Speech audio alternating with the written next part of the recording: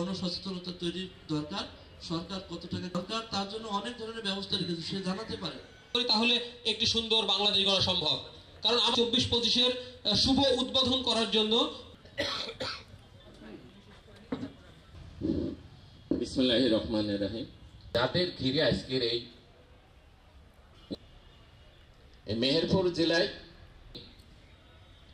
আগের জেলা প্রশাসক, আশা করছি এইবারে শুভ উদ্বোধন এবং কৃষক ভাইদের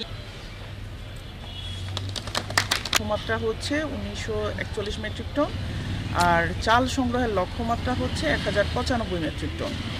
এই সংগ্রহ অভিযান সরকার নির্দেশনা অনুযায়ী গত 17/11/2024 তারিখ থেকে শুরু হয়েছে এবং এটা চলবে আগামী 28শে ফেব্রুয়ারি 2025 তারিখ পর্যন্ত। ধানটা আমরা বা চালটা নেব ময়শ্চারাইজার পরীক্ষা করে একদম কাটাই কাটা